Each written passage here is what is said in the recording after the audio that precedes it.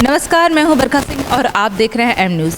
आज हम मौजूद हैं भदौला कमाल पुल में, जहां पर हमारे साथ यहाँ के बहुत ही कमाल प्रधान उदल जी हैं। उदल जी, आपका हमारे चैनल में स्वागत है। बहुत बहुत धन्यवाद।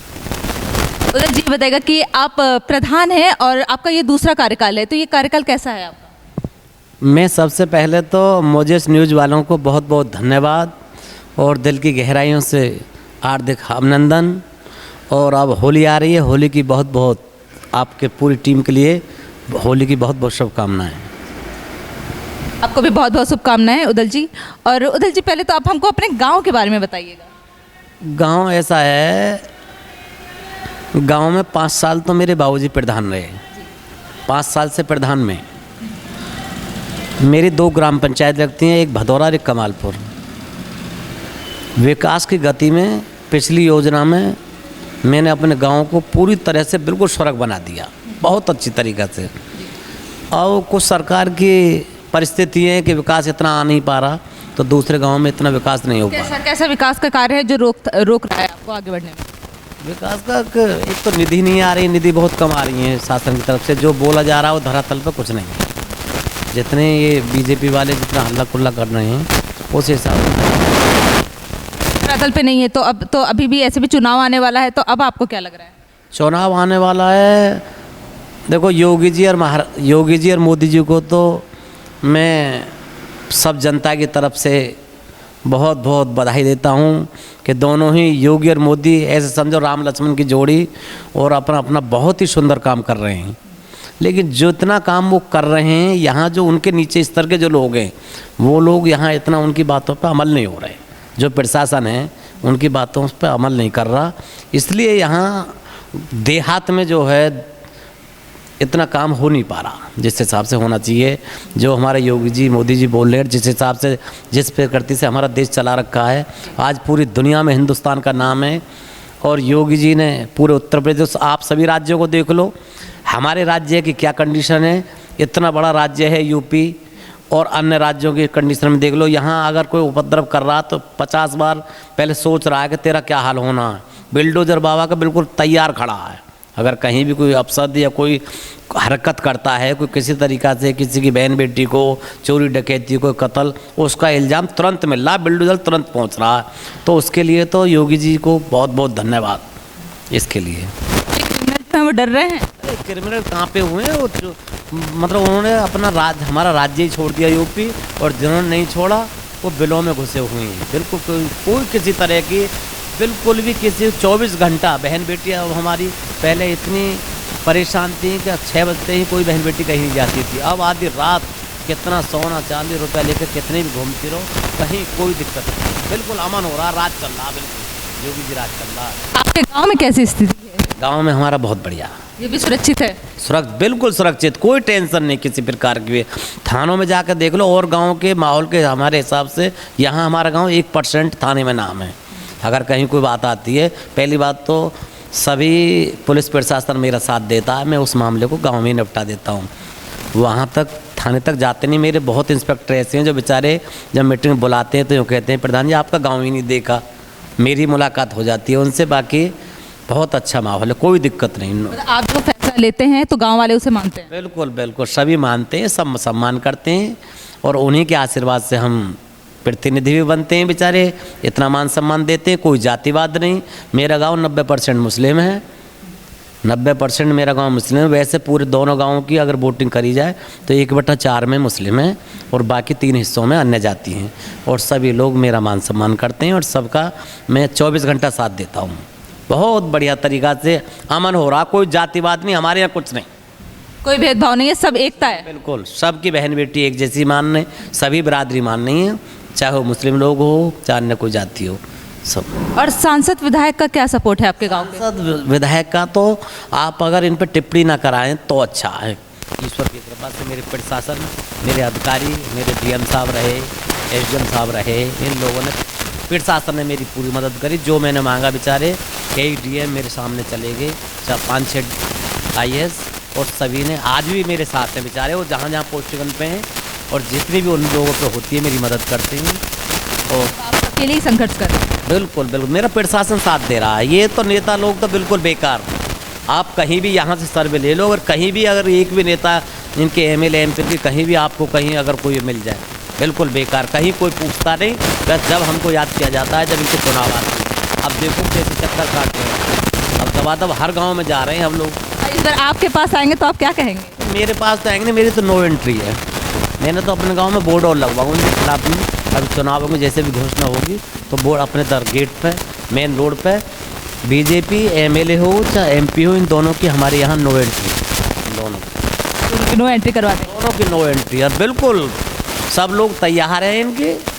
अब कुछ लोग ऐसे होते हैं, 2-4 लोग जो उनके लोग चमचे लोग हैं, वो लोग कुछ भी करते रहो, बाकी यहाँ उनका धरातल पे कुछ नहीं है।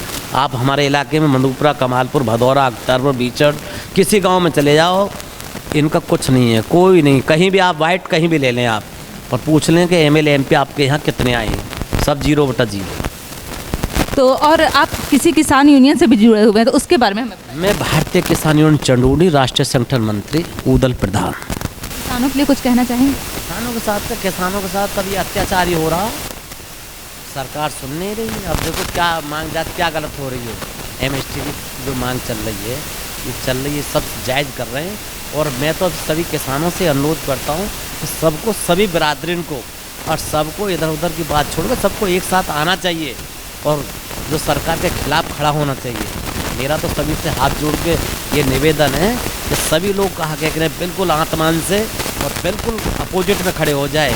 सभी बिरादरी, चाहे बच्चा सब इसके, क्योंकि सब ये किसानों के हक की लड़ाई लड़ी जा रही है।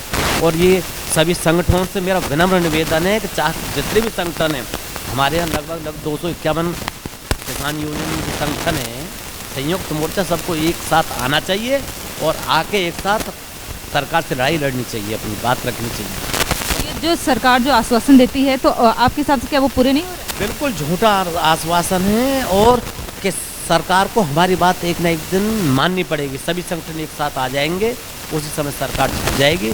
सरकार को एक बार झुकाया भी है और अभी दोबारा फिर नंबर आएगा जब संयुक्त मोर्चा, अभी अलग अलग है, जब सब लोगों के विचार एक हो जाएंगे, सरकार ऑटोमेटिक झुकेगी और हमारे काम पूरे होंगे, सरकार पूरा काम करेगी।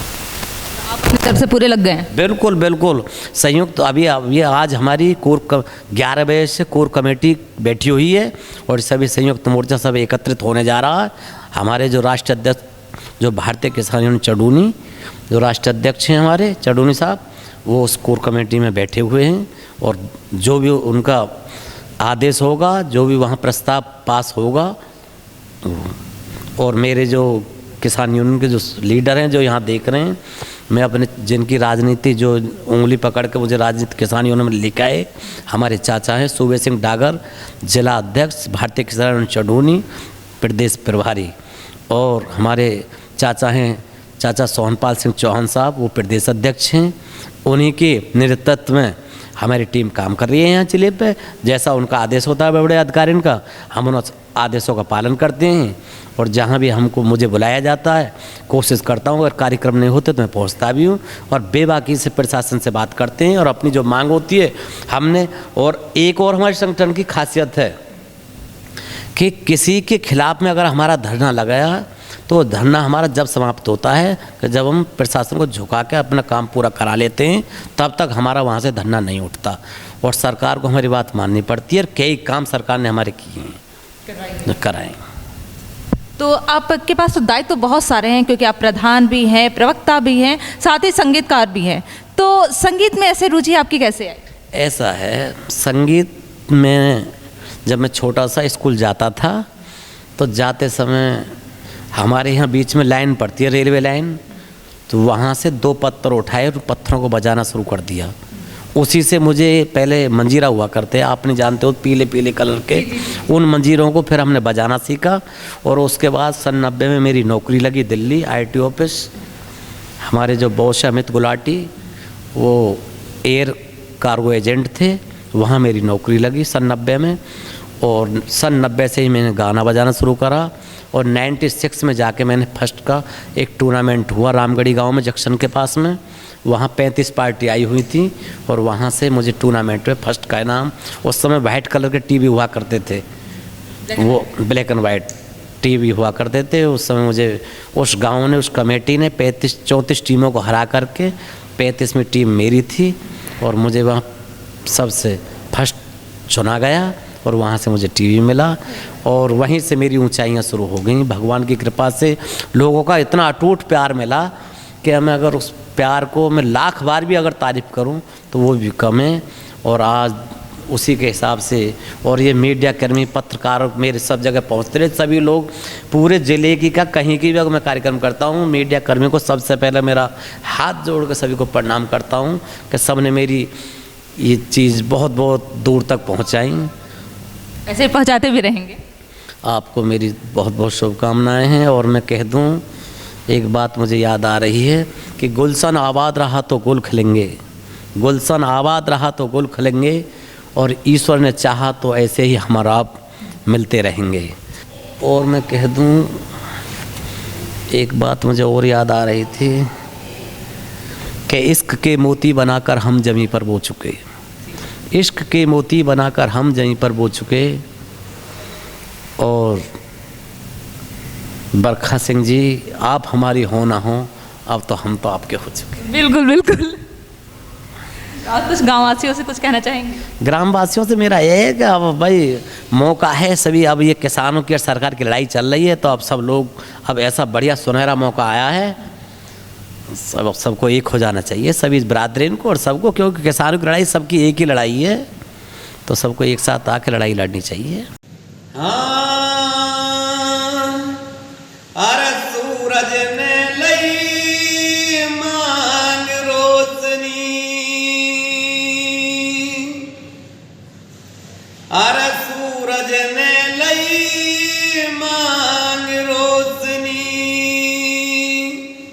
रजनी चंदा तारों ने